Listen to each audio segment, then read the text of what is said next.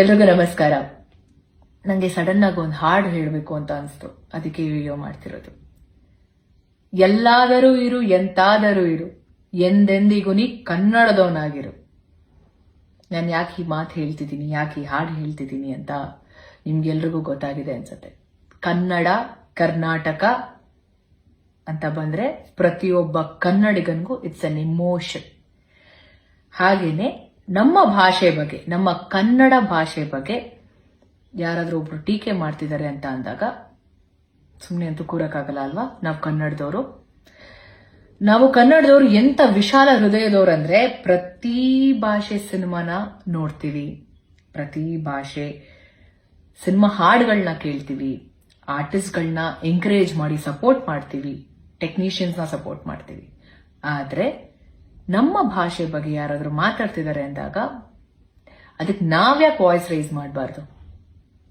ನಾವಿಲ್ಲಿ ಯಾವ ಭಾಷೆ ಬಗ್ಗೆನೂ ಕೆಟ್ಟದಾಗ ಮಾತಾಡ್ತಿಲ್ಲ. ನಾವೆಲ್ಲಾ ಭಾಷೆನೂ ವಿ ರೆಸ್ಪೆಕ್ಟೆಡ್.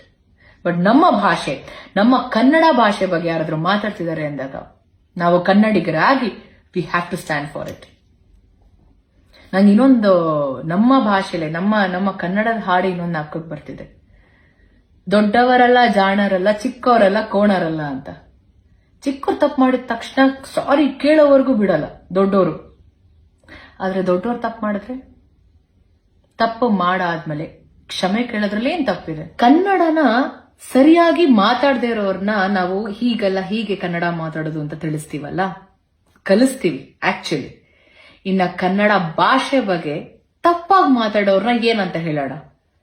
ನವೆಂಬರ್ 1ನೇ ತಾರೀಕು ಕನ್ನಡ ರಾಜ್ಯೋತ್ಸವ ಸೆಲೆಬ್ರೇಟ್ ಮಾಡ್ತೀವಿ. ನಾವ್ ಎಲ್ರೂ ಸಹ ಪ್ರತಿಯೊಬ್ಬ ಕನ್ನಡಿಗ ಅವರವರ ಸೋಷಿಯಲ್ ಮೀಡಿಯಾ ಪ್ಲಾಟ್ಫಾರ್ಮ್ ಅಲ್ಲಿ ಅವರವರ ಪ್ರೀತಿನ, ಅವರ ಅಭಿಮಾನನ ತುಂಬಾ ಚೆನ್ನಾಗಿ ವ್ಯಕ್ತಪಡಿಸ್ತೀವಿ. ಇವಾಗ ನಮ್ಮ ಭಾಷೆನ, ನಮ್ಮ ಭಾಷೆ ಮೇಲಿರುವಂತ ಪ್ರೀತಿ, ನಮ್ಮ ಭಾಷೆ ಮೇಲಿರುವಂತ ಗೌರವನ ನಾವು ತಿಳಿಸೋಣ. ಏನಂತೀರಾ?